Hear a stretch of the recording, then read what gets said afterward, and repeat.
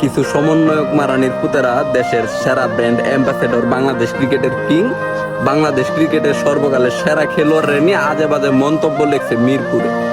তো স্বাধীন দেশের স্বাধীনতার নামে হচ্ছে স্বামীর আব্বা ডাকা যায়, দেখতেছি এটা আমরা। তো হচ্ছে গুণীরাও হচ্ছে কদর না করা যায়। একটা লোক স্বাধীনভাবে করছে, ওকে, তাই তার পাগলের স্বাধীনতা বলতে সে যা বুঝে তা করুক। এখন যারা বাংলাদেশ ক্রিকেটের ভালো চায়, যারা বাংলাদেশ ক্রিকেটের ফ্যান, মূলত সাকিব আল হাসানের ফ্যান, তারা গেছিল মিরপুরে হচ্ছে এগুলা বন্ধ করে দেওয়ার জন্য। কারণ এগুলা হচ্ছে যখন বহির্বিশ্বে প্রচার হইব তখন বাংলাদেশ ক্রিকেটের যে ব্র্যান্ড ভ্যালু সেটা কইমা দেবে।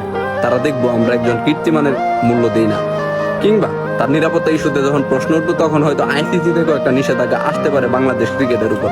এইসব বিষয় চিন্তায় যখন একদল ক্রিকেট ফ্যান গেছে এগুলো মুছা দেওয়ার জন্য, তখন হচ্ছে সহ সমন্বয়ক মানে হচ্ছে এলাকার সহ সভাপতির মতো যারা বর্তমানে ছাত্রলীগের 2.0 মানে দ্বিতীয় ভার্সনটা ক্ষমতা পাওয়ার পর তারা হচ্ছে দ্বিতীয় ভার্সন হয়ে গেছে। ভাই কে তুমি, কে? তোমার জন্ম তো ভাই হচ্ছে সেদিন।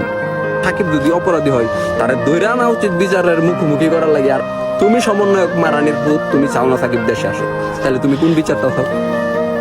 তুমি যদি বিচার চাও তাহলে তো সাকিবদের দেশে আইনা বিচার করতে হইব, আইনের মুখোমুখি করতে হইব। তার বিরুদ্ধে হচ্ছে অপরাধ প্রমাণিত হইলে তার বিচারের কাঠ গড়ায় দাঁড়াইতে হইব। এখন তুমি চাও সে দেশে না আসো, মানে তুমি অপরাধীর ছাড় দিলা, এটাই তো ঠিক না? মানে তুমি জানো সাকিব অপরাধী না, কিন্তু তুমি সমন্বয়ক মারানির ভূত। হ্যাঁ, সমন্বয়কদেরকে আমি অপমান করতেছি না। অনেক অনেক সমন্বয়ক আছে যারা হচ্ছে এদেশের জন্য, এদেশের মানুষের জন্য লড়ে গেছে।